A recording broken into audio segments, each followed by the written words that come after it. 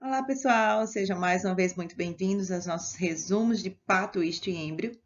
Estamos aqui com a nossa aula de hoje sobre distúrbios do crescimento e da diferenciação celular e adaptações celulares, que é um resumo de patologia. Então, prepare o seu material, prepare aí na sua banquinha os seus cadernos, papeizinhos, folhinhas, post-its, marca-textos.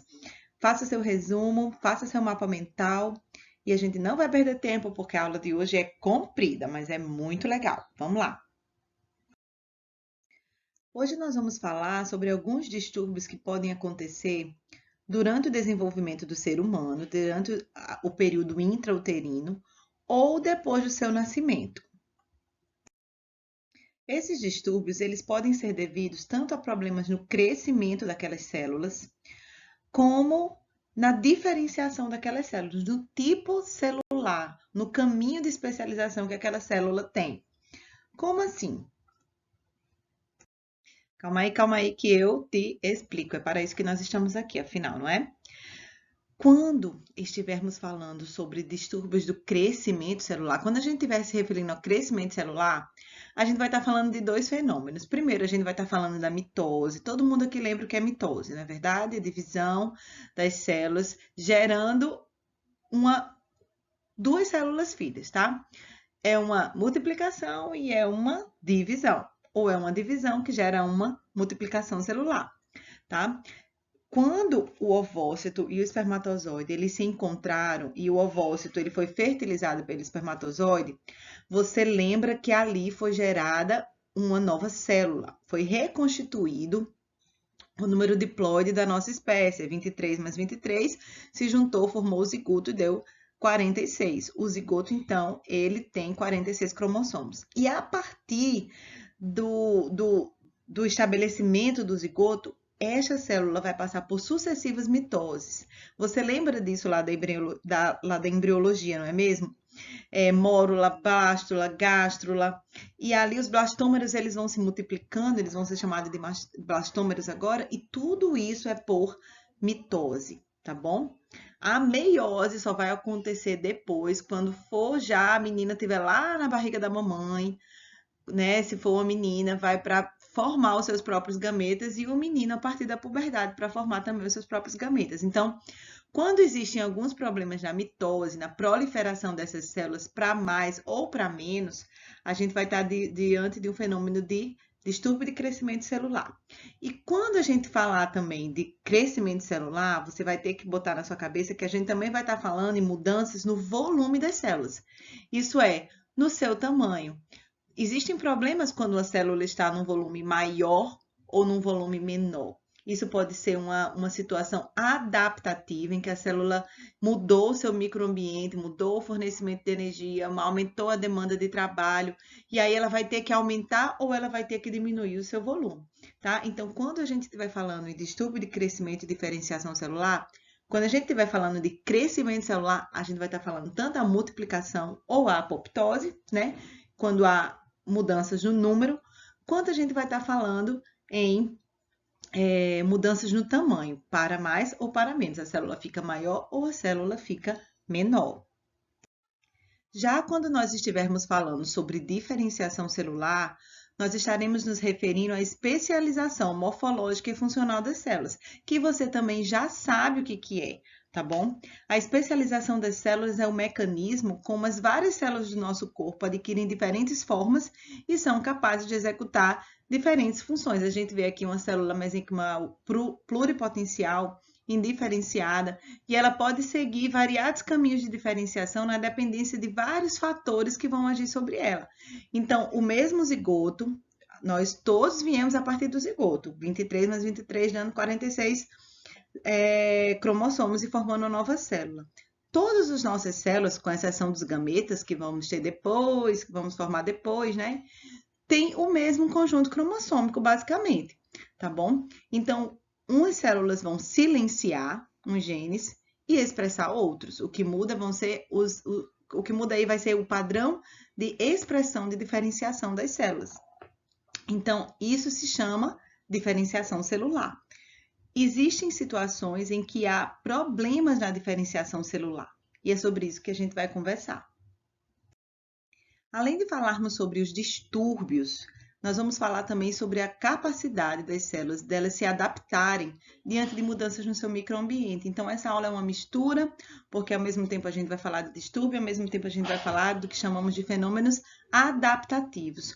Como as células respondem, como elas conseguem se adaptar, umas com maior grau de capacidade adaptativa, outras com menor grau, a mudanças no seu microambiente. Por que a gente estuda isso aqui em patologia? Porque a mitose e a diferenciação são processos normais que acontecem, que possibilitam a gente existir, viver, ter essa quantidade de células absurda, que a gente tem, com variadas funções, como a gente tem. Só que algumas vezes essas mitoses elas não acontecem como deveriam. E podem surgir, então, distúrbios de proliferação celular, como, por exemplo, a não formação de um órgão, que é chamado de agenesia, tá? Tem ali uma mitose de menos, por variados motivos, aconteceu mitose de menos, entre aspas, do que deveria acontecer. E também durante a vida da célula, ela pode ter alterações no seu padrão normal de diferenciação, no seu padrão normal de expressão gênica, tá bom? Por exemplo, o câncer, a metaplasia, algumas displasias, embora o termo displasia seja um termo bem controverso, bem complexo, tá? Isso tudo é o que veremos a seguir. Então, essa aula está dividida em duas partes para facilitar, para não ficar tão longa. E nós vamos começar, então, nosso start, nosso pontapé, só relembrando e deixando claro alguns conceitos, antes da gente entrar nos distúrbios e nas adaptações propriamente ditas. Vamos começar primeiro falando sobre este caminho aqui que o Robbins traz para a gente, bem explicadinho, que leva desde uma célula normal, que está vivendo no seu microambiente de uma forma se adaptando a pequenas mudanças que vêm sobre ela, até que pode ser que haja algumas mudanças que sejam agressivas demais e aquela célula vai passar por um processo de lesão e morte celular. Vamos ver.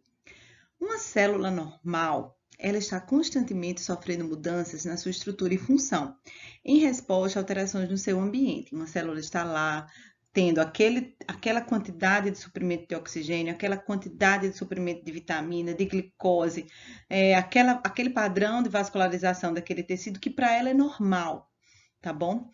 E toda vez que há pequenas mudanças na demanda, pequenas mudanças no fornecimento de determinado micronutriente, ela vai ali se adaptando, adapta a sua estrutura e adapta a sua função em resposta a essas pequenas alterações do seu ambiente. A célula é então capaz de manter-se com suas características originais quando submetida a estímulos de pequena e média intensidade. E se esses estímulos forem retirados o mais rápido possível, melhor ainda. Porém, se estímulos exagerados atuarem sobre as células, se estímulos exagerados na intensidade e na duração, esta poderá responder com variados comportamentos de adaptação para preservar sua integridade morfofuncional, para se preservar viável, para se preservar viva, ela vai se adaptar. Ela poderá, por exemplo, aumentar o seu tamanho ou diminuir o seu tamanho. Ela poderá, por exemplo, ser levada a apoptose ou ser levada a mitose. E ainda poderá responder aos estímulos acumulando, aos estímulos do meio, acumulando produtos dentro dela em quantidades anormais, em quantidades que não é o normal, não é o correto. Ela não deveria estar acumulando aquilo, mas para que ela viva, ela organiza compartimentos celulares e acumula alguns produtos dentro dela. Dependendo da intensidade e da persistência daquele estímulo, o resultado dessa variação do meio será, na célula, uma lesão reversível, se aquele estímulo não for retirado, ou uma lesão irreversível, se aquele estímulo não for retirado, e a célula vai caminhar, então, para um processo de morte celular. Nós vamos conversar nessa aula, então, um pouco sobre essas adaptações celulares, sobre esse período de adaptação, sobre os fenômenos adaptativos e vamos conversar um pouco sobre distúrbios de crescimento celular e de diferenciação celular, que podem ocorrer na fase de formação de um órgão, agenesia e aplasia, órgãos supranumerários, hipoplasia, ou podem ocorrer quando o órgão já completou o seu desenvolvimento, pode acontecer já na vida extrauterina, hipoplasia também, atrofia, hipertrofia, hiperplasia, metaplasia, neoplasia, que depois nós vamos ter uma aula especificamente sobre isso, porque é sim um distúrbio do crescimento, é sim um distúrbio de diferenciação celular, tá bom? Só que tem todo um conjunto de peculiaridades. E nós vamos falar também sobre os fenômenos adaptativos relacionados com acúmulos intracelulares de substâncias e calcificações patológicas. Nós vamos começar falando sobre alguns distúrbios de crescimento que podem acontecer durante o desenvolvimento intrauterino, que são a agenesia, a aplasia, os órgãos supranumerários e a hipoplasia, tá? Alguns a gente tem mitoses de menos, que aconteceram, é um defeito de desenvolvimento, de crescimento, e outros a gente tem mitoses de mais. Vamos começar falando sobre a agenesia e a aplasia. Vamos lá conceituar. Esses dois são distúrbios de crescimento. A agenesia é a ausência total do desenvolvimento da porção parenquimatosa, da porção funcionante de um órgão. Isto é, o órgão não se formou. A aplasia é a formação de apenas rudimentos do órgão, com comprometimento total da sua função. Começou a se formar, mas não completou o seu desenvolvimento e não funciona. Então, clinicamente, tem o mesmo significado da agenesia. A gente tem aí a ausência de formação de um órgão. Aí a gente faz aquela pergunta: será que quando um órgão ele não se forma, o feto é viável? Será que ele continuará seu desenvolvimento e a criança vai viver? Resposta lógica: depende. Tá bom, depende de quê, então? Depende de alguns fatores, como, por exemplo, da importância daquele órgão que está faltando. Se é um órgão vital, daí o conceito de órgão vital, então ele não vai viver. E da singularidade daquele órgão. É um órgão único, é um órgão par ou é um órgão múltiplo? Se ele for um órgão único e vital, o bebê não vai viver. Se ele for um órgão par, tiver um e não tiver o outro, depende da capacidade do outro, mas pode ser que ele viva, pode ser que o outro dê conta do recado. Ou tem vários órgãos daquele. Vamos dar alguns exemplos e vamos começar aqui falando desse exemplo da agenesia dentária, né? Ou anodontia. A agenesia, então nós temos vários dentes, né? Nós temos uma multiplicidade desses órgãos, os órgãos múltiplos. Então, a agenesia, por exemplo, nesse caso aqui, de 2 elementos dentários, os incisivos laterais, eles não se formaram. Então, a gente tem aqui uma agenesia dos incisivos laterais superiores. Eles não são órgãos vitais, então há viabilidade de vida completa, né? Não há grandes significados clínicos. Haverá algum comprometimento estético, facilmente resolvível, né? E um pouco de comprometimento funcional, mas um pouco, um mínimo. Um comprometimento oclusal, talvez. E você vê aqui pela radiografia que não houve nem formação desses brotos dentários, tá certo? Então, isso aqui é um exemplo de agenesia totalmente compatível com a vida. Vamos ver agora um exemplo de um órgão mais nobre, no caso, o rim. A gente tem aqui um caso de agenesia renal unilateral. Um dos rins está faltando, não foi formado. Não houve a formação de um dos rins. Então, nesse caso, ele é um órgão par, ninguém vai viver sem rim, ninguém vai sobreviver sem rim. A pessoa vai ter que ter um rim, a pessoa vai ter que fazer, né? Se for uma pessoa adulta que perdeu os rins, ela vai precisar de um rim, ela vai precisar de entrar na máquina, tá certo? Então, assim, nesse caso, é compatível com a vida porque é um órgão par. O outro rim vai sofrer uma sobrecarga de trabalho e ele poderá aumentar de volume, que é outro processo adaptativo, é outra anomalia, distúrbio que a gente vai ver daqui a pouco. Então, esse aumento de volume, que é uma hiperplasia ou uma hipertrofia, ou ambos os fenômenos podem acontecer, ela é devido a um aumento da sobrecarga de trabalho, porque está faltando um, esse aqui vai ter que trabalhar dobrado. Esse órgão está chamado, então, de órgão vicariante. Órgão vicário, aquele que substitui, tá bom? Então, neste caso, é um órgão que é capaz de suprir a insuficiência funcional do outro. Ele pode estar ausente ou ele pode estar hipofuncionante. Vamos dizer que ele tivesse aqui um rim bem pequenininho, um rim hipoplásico. Então, um rim hipoplásico, que é o que também a gente vai ver daqui a pouco, ele é um rim hipofuncionante. Então, esse aqui vai aumentar de volume. Então, este órgão, no caso aqui dessa agenesia renal unilateral, o outro órgão é chamado de órgão vicariante. Vamos falar agora também de outro órgão nobre, a agenesia do pulmão esquerdo. Nessa imagem, a gente vê uma ausência, né, do pulmão no lado esquerdo e uma hiperinsuflação do lado direito. Essa hiperinsuflação é uma hiperinsuflação compensatória, porque esse órgão aqui é um órgão vicariante. A imagem da tomografia computadorizada evidencia um pulmão direito bastante aumentado, tá bom? Devido à ausência do pulmão esquerdo. Isso é uma condição rara, tá? A hipoplasia, a agenesia de um dos pulmões.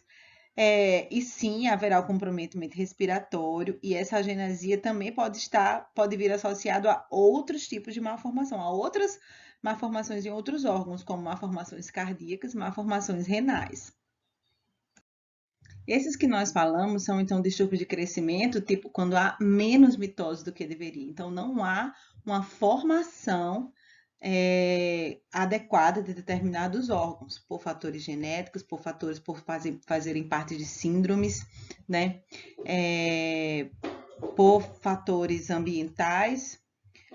E ao contrário, só que está mais ligado a fatores genéticos, quando há mitose demais e a formação de mais, né, para mais de órgãos, que nós chamamos então de órgãos supranumerários. Um órgão supranumerário, então, é um órgão formado em número acima da quantidade de órgãos normais. E como eu falei, acabei de falar, estão geralmente ligados a fatores genéticos, muitas vezes fazendo parte de síndromes. Então, são chamados de órgãos supranumerários, além do tamanho normal. Vamos voltar a dar exemplos dos elementos dentários.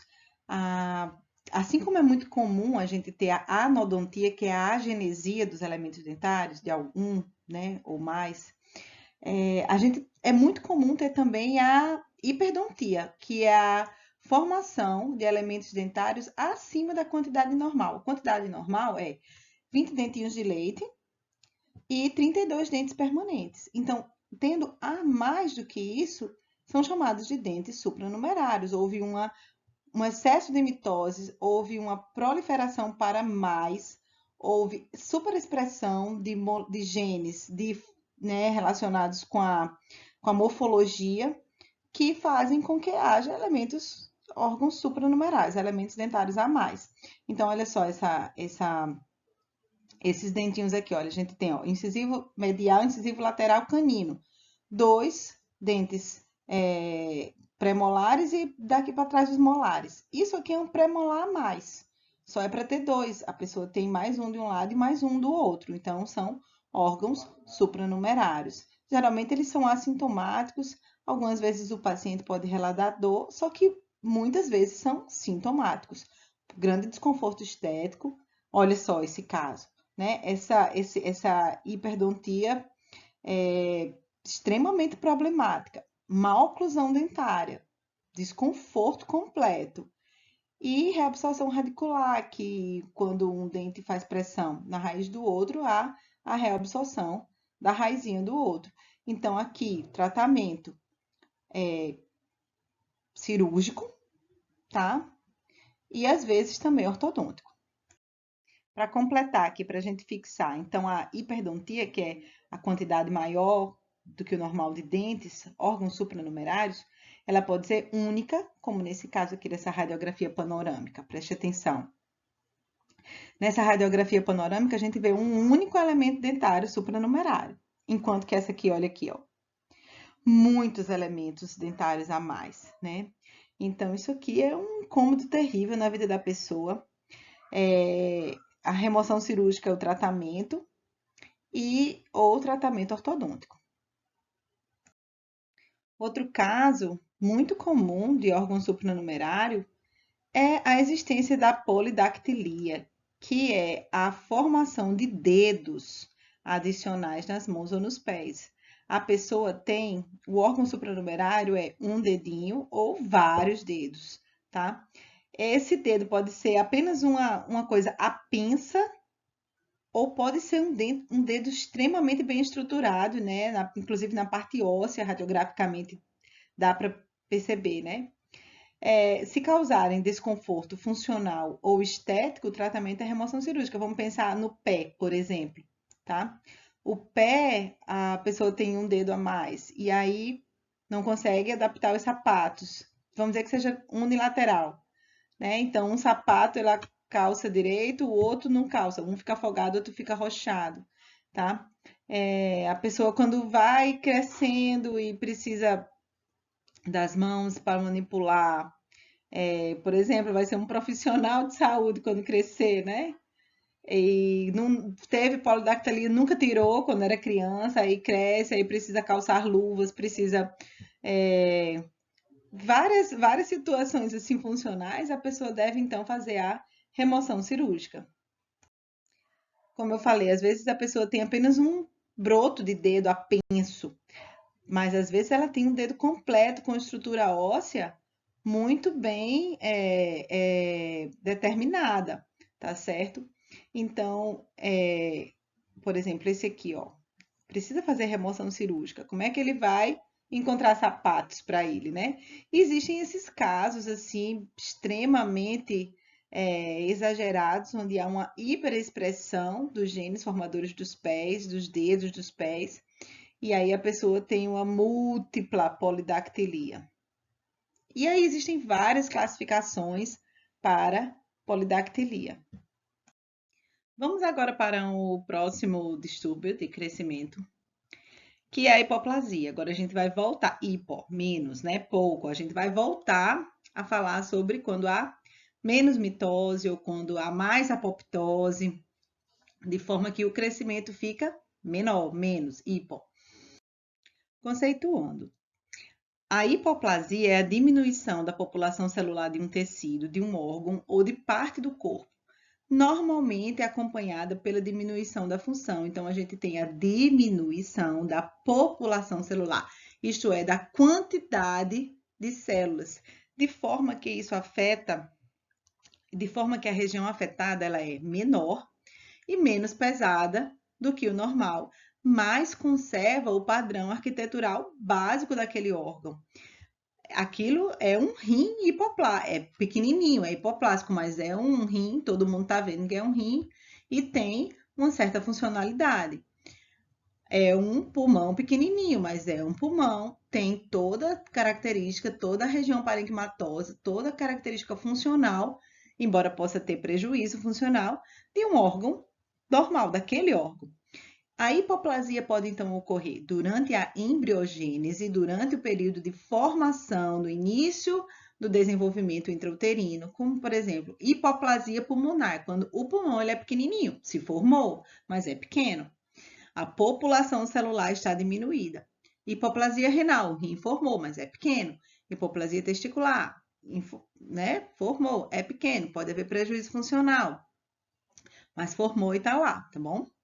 Após o nascimento, também pode ocorrer hipoplasia após o nascimento, decorrente de alguns fenômenos meio que programados, tá bom? E está relacionado à diminuição do ritmo de renovação celular, as mitoses ficam menos frequentes E também pode estar relacionado ao aumento da taxa de destruição das células, ao aumento programado da apoptose. Vamos dar o exemplo da hipoplasia pulmonar. Aqui a gente tem, ó, pulmões de tamanho normal. Confere? Aqui a gente tem 2 pulmões de tamanho pequeno. Então, a gente tem aqui uma hipoplasia pulmonar bilateral. Vai haver prejuízo funcional, déficit respiratório? Vai, tá? Desse outro lado, a gente tem pulmões de tamanho normal, ok? Aqui a gente tem um pulmão de tamanho normal e um pulmão menorzinho. Então, a gente tem uma hipoplasia pulmonar unilateral. Vai haver prejuízo funcional? Vai haver, não tanto quanto aqui. Até mesmo porque esse outro órgão vai ser o órgão vicariante. Ele vai trabalhar mais para suprir a necessidade daquele outro, ele vai aumentar de tamanho para suprir a necessidade que aquele outro está deixando. Vamos ter uma visão macroscópica. Aqui a gente pode ver um pulmão, né? E um pulmão hipoplásico. Um pulmão de tamanho normal ou possivelmente vicariante, e aqui um pulmão pequenininho, hipoplásico, tá? Então, a gente tem uma hipoplasia pulmonar unilateral. E aqui a gente tem, ó, uma hipoplasia renal unilateral. E olha que esse outro aqui, então, observe que esse outro rim está com um super aumento de volume, tá? Então, ele é o órgão vicariante. Mas atenção, a hipoplasia, essa produção diminuída ou essa destruição aumentada de células, ela não é apenas uma condição patológica, ela não é apenas uma condição anormal, como a gente viu até agora. Existem algumas condições programadas, tá? Então, existem algumas condições em que ocorre uma hipoplasia normal. Vamos ver alguns exemplos. A gente tem uma hipoplasia bastante conhecida, que é a involução das gônadas femininas no climatério, a involução dos ovários, que são as gônadas femininas, onde são produzidos os hormônios sexuais e os gametas femininos. Então, durante o climatério, que é aquele momento ali que está permeando a menopausa, que é a última menstruação, todas aquelas mudanças hormonais, aqueles sinais, sintomas que a mulher tem, aqueles calores, aquelas sequidão em alguns órgãos, né? O ressecamento de alguns órgãos, isso é o climatério. Então, nessa época da vida da mulher, no final de sua vida reprodutiva, os ovários eles involuem, tá? Então, durante o climatério, que é a transição da mulher do período fértil para o período não fértil, isto é, onde ela não produzirá mais óvulos fecundáveis, as taxas hormonais caem drasticamente. Nesse período, vemos a involução do ovário, com diminuição da população celular por apoptose, que é uma morte celular organizada, programada, que não deixa processo inflamatório atrás de si, tá bom? Então, a gente tem aí a diminuição da população celular do ovário, a diminuição do órgão, do peso do órgão, do tamanho do órgão, mas não é porque não tem muita mitose, também, porque né, os ciclos hormonais pararam, mas principalmente porque também a gente tem aí uma taxa aumentada de apoptose, causando então uma hipoplasia ovariana fisiológica, normal. Temos também o caso da involução do timo na puberdade. O timo é uma pequena glândula, todo mundo lembra disso, situada no tórax, cuja função principal é produzir linfócitos T, tá? A partir da puberdade, os timócitos morrem por apoptose e a glândula diminui de tamanho e fica apenas um fragmento, um vestígio, né, do timo. Então, essa involução do timo na puberdade é uma hipoplasia tímica, normal, programada, tá bom? É uma hipoplasia fisiológica. Vamos lá, vamos dar uma recapitulada. Até agora a gente já conversou sobre a agenesia e a aplasia, que são distúrbios de desenvolvimento, distúrbios de não formação de algum órgão, não há um órgão funcionante. A gente já falou sobre o órgão supranumerais, que é um defeito de desenvolvimento para mais, quando há, durante o período embrionário fetal, a formação de mitoses a mais e formação de órgãos além de número maior do que o normal. E falamos também da hipoplasia, que é a diminuição do tamanho e do peso de um órgão devido a uma quantidade diminuída de células nele. Agora a gente vai continuar conversando sobre como a semelhança dos supranumerários, dos órgãos supranumerários, sobre defeitos que acontecem quando as células estão proliferando mais do que o normal, só que agora já fora de vida intrauterina, tá bom? Esse fenômeno se chama hiperplasia. Conceituando, a hiperplasia é então o aumento do número de células de um órgão ou de parte dele. Então a gente está falando de aumento, de mitose, de proliferação. Por aumento da proliferação celular, resultando em aumento do tamanho e do peso do órgão. Acontece em órgãos com células mitoticamente competentes ou células que tenham competência mitótica latente, isto é, células que geralmente não proliferam, mas que são capazes de voltar ao ciclo e proliferar devido a alguns estímulos. Então, ali você pode ter um aumento de fatores de crescimento mitogênicos, um aumento da expressão de segundos mensageiros intracelulares que levam à mitose. Você pode ter aumento de receptores para fatores de crescimento naquelas células, tá? Então, assim, a gente pode ter algumas situações no microambiente da célula ou dentro dela que fazem com que ela entre mais vezes em processo de mitose. Ocorre após aumento, tá aqui, ocorre após aumento dos fatores de crescimento locais e nos receptores das células que têm esses receptores e que vão agora, então, passar por mitoses, por mais mitoses, tá certo? Por mais processos de multiplicação celular, aumentando aquele órgão. Aquele órgão se torna, então, um órgão hiperplasiado. É um processo reacional, isto é, depende de um estímulo para começar, e é um processo reversível. Quando cessa o estímulo, a proliferação celular normal ela para.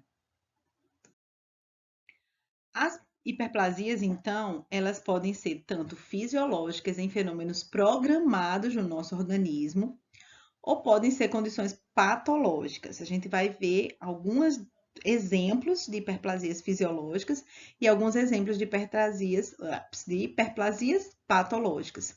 Vamos começar com as fisiológicas, tá bom? Hiperplasia, aumento de um órgão, aumento de um tecido. Pode ser, por exemplo, decorrente de um estímulo hormonal programado para acontecer. Pode ser também compensatório. Lembra que a gente falou do órgão vicariante? Ele aumenta de volume, células proliferam e tornam um órgão maior para compensar a falta que aquele órgão pequenininho, né, hipoplásico, ou aquele órgão que nem se formou, a falta que ele faz.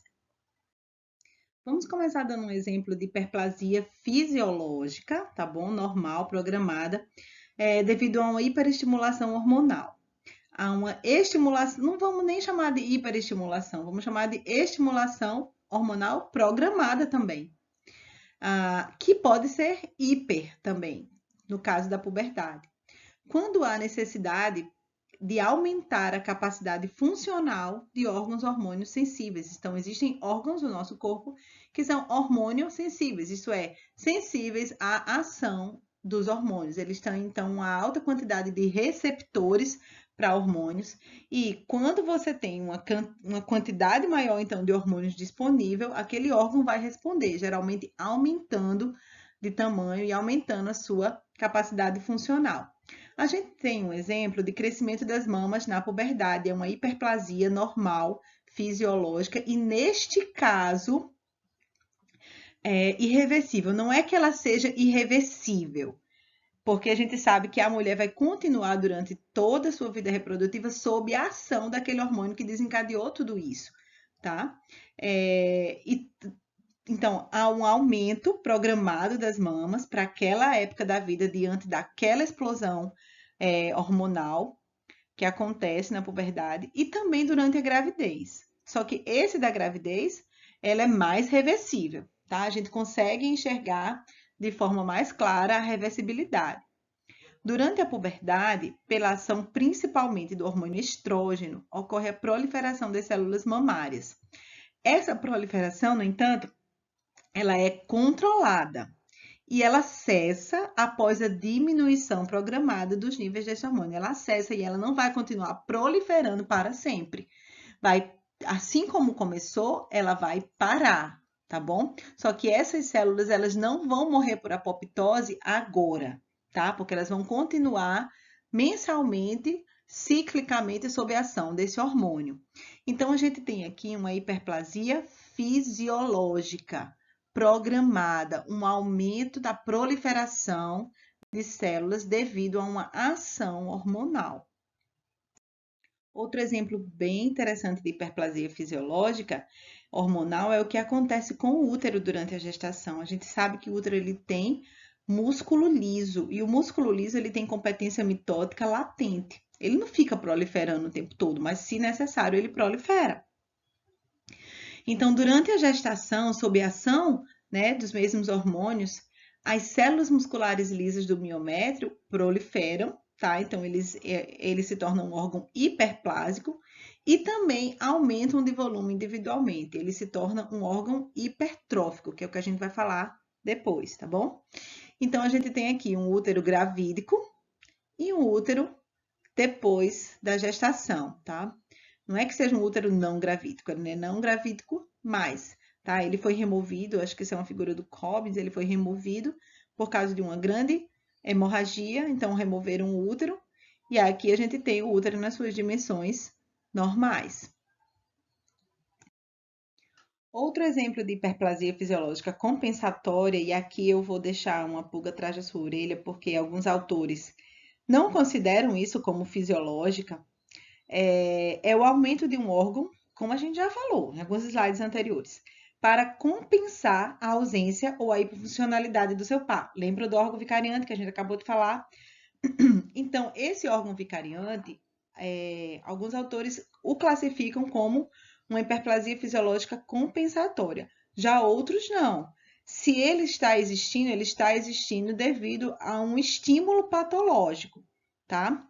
Então, é como se fosse uma adaptação que aquele órgão tem frente a um aumento da carga de trabalho. Se é necessário que ele trabalhe mais, células vão entrar em mitose, ou células também vão hipertrofiar, e ele vai se adaptar a trabalhar mais por causa disso, tá?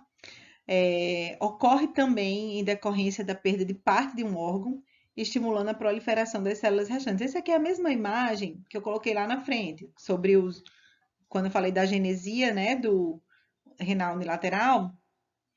E aqui a gente vê o órgão vicariante, o rim vicariante, hiperplásico. Também esse aqui foi o exemplo aqui de cima, né? Esse outro exemplo que ele está dando é em decorrência da perda de parte de um órgão. E o exemplo mais clássico é o do fígado, quando se é necessário fazer uma ressecção parcial, seja porque uma pessoa está doando, né, para uma pessoa que precisa parte um lobo, né, hepático. Então, aquelas células restantes que ficaram vão voltar para a mitose e vão hiperplasiar, porque as células hepáticas elas têm competência mitótica latente. Ou então vão hipertrofiar também, tá? Essa perda pode ser também, por exemplo, num acidente, tá? Em que houve danos aos órgãos internos e precisou se retirar cirurgicamente parte daquele fígado. Então, isso vai estimular a proliferação das células restantes, tá? Então, vai ser uma hiperplasia compensatória, né? Fisiológica ou não, né? Fica aí pensando nisso. Vamos agora falar de alguns casos, de alguns exemplos de hiperplasia patológica, tá? As hiperplasias patológicas geralmente estão associadas a uma hiperestimulação hormonal, a uma estimulação hormonal excessiva. Aquelas que a gente viu estavam ligadas a uma estimulação hormonal programada, esperada, controlada. Aqui a gente vai estar diante de uma estimulação assim excessiva, tá? Trazendo prejuízos funcionais, aumentando o tecido de volume, porque há uma desregulação. Ou então também, às vezes, a hiperplasia patológica ela é secundária ao uso de alguns medicamentos, sabe? Alguns medicamentos têm como efeito colateral a superprodução, tipo de colágeno ou de, né, outros tipos celulares que aumentam, que fazem com que determinado região do corpo, determinado órgão aumente. Hiperplasia endometrial, hiperplasia gengival, hiperplasia prostática são exemplos dessas hiperplasias que não são fisiológicas, tá? São patológicas. Por exemplo, a gente sabe que aqui a gente tem o endométrio, que é essa camada que reveste a parte interna do útero. No útero normal, que não tem essa hiperplasia endometrial, o endométrio ele vai sendo aumentando o seu volume normalmente por estimulação hormonal normal durante os 15 primeiros dias do ciclo, né? Sob a ação de alguns hormônios, como hormônio como estrógeno. Só que a gente sabe também que depois da metade do ciclo, o endométrio continua aumentando, sob a ação de progesterona, de estrógeno. Só que depois disso, no fim dos 28 dias, mais ou menos, no círculo normal, aquele endométrio todo ele vai descamar, tá? Vai cair abruptamente os níveis desses hormônios e ele vai descamar. Ele vai ser expulso no fluxo menstrual, até que começa tudo de novo. Na hiperplasia endometrial, o que que acontece? Há uma hiperprodução de estrógeno. Se houver uma condição de hiperprodução de estrógeno, pode haver uma hiperplasia dessas glândulas endometriais, causando um aumento de toda essa região, dificultando, tirando a mulher daqueles ciclos, né, temporais normais. Fica um endométrio extremamente encharcado de sangue e a pessoa pode ter sangramento menstrual anormal, fora dos prazos, fora do ciclo, em quantidade grande, né, simulando até um mioma, tá? Por quê? Porque o tecido endometrial inteiro está hiperplasiado. Geralmente acontece numa hiperprodução de estrógeno, tá? Então, isso é um caso de hiperplasia patológica. Outro caso muito citado de hiperplasia patológica é a hiperplasia gengival. A hiperplasia gengival, olha, você está vendo aqui, os elementos dentários, né, cobertos por essa gengiva que está num volume muito maior do que é o normal. Aqui, olha, na região inferior e aqui na região superior. O que é que pode estar provocando isso? Pode ocorrer devido a anormalidades congênitas. Tem gente que a família inteira tem um tecido gengival extremamente pronunciado. Pode estar relacionado a anormalidades hormonais também. Pode estar relacionado a pouca higiene oral por muito tempo, que eu acho que é esse caso aqui, por exemplo. Está vendo esse biofilme dentário bem pronunciado? Existem pessoas que, por exemplo, têm certos tipos de deficiências intelectuais, deficiência de coordenação motora, para escovar, para retirar, né, mecanicamente o biofilme todo dia, e que fica por muito tempo acumulando grande quantidade de placa. Isso é um processo inflamatório crônico. Esse processo inflamatório crônico, os mediadores químicos aqui lançados, podem provocar uma hiperprodução de colágeno, tá? Então, é uma hiperplasia gengival reativa ao acúmulo de biofilme dentário. Também pode ser secundária ao uso de medicamentos, como nesse caso aqui, ó, que essa mulher fazia uso de fenitoína. Fenitoína é um anticonvulsivante. E geralmente quem toma anticonvulsivante toma por muito tempo, tá?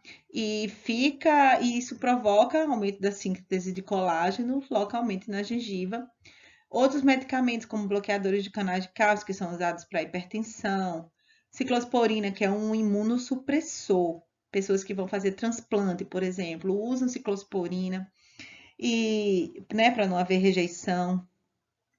Então, esses medicamentos têm relação com a hiperplasia gengival, que é uma hiperplasia patológica, está tendo aumento daquele tecido por um estímulo patológico.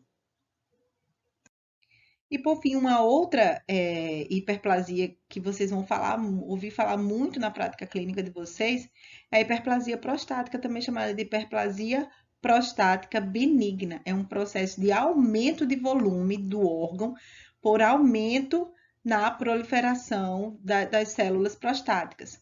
O que é que acontece? Aqui a gente tem, um volume prostático normal, né, nesse esquema, e aqui a gente tem um aumento do volume da próstata. E isso é devido a uma hiperestimulação hormonal androgênica. Isso pode levar a deixar a pessoa meio aperreada, achando que é câncer, né? Mas é uma condição benigna. Leva ao aumento da frequência de vontade de fazer xixi, a uma dificuldade de esvaziar completamente a bexiga, se a urina residual que vai ficando, né, pode inclusive levar a um quadro de infecção urinária. E a presença de um jato seco, porque aqui está comprimindo a uretra, né, a saída. Então, principalmente em homens acima de 50 anos, isso causa preocupação, tá? E é então uma condição hiperplásica, precisa aí fazer um tratamento específico. Bem, querido aluno, espero que vocês tenham gostado, que vocês estejam acompanhando. E ainda tem mais daqui a pouco, tá bom? A gente vai continuar esse assunto na aula seguinte. Até lá!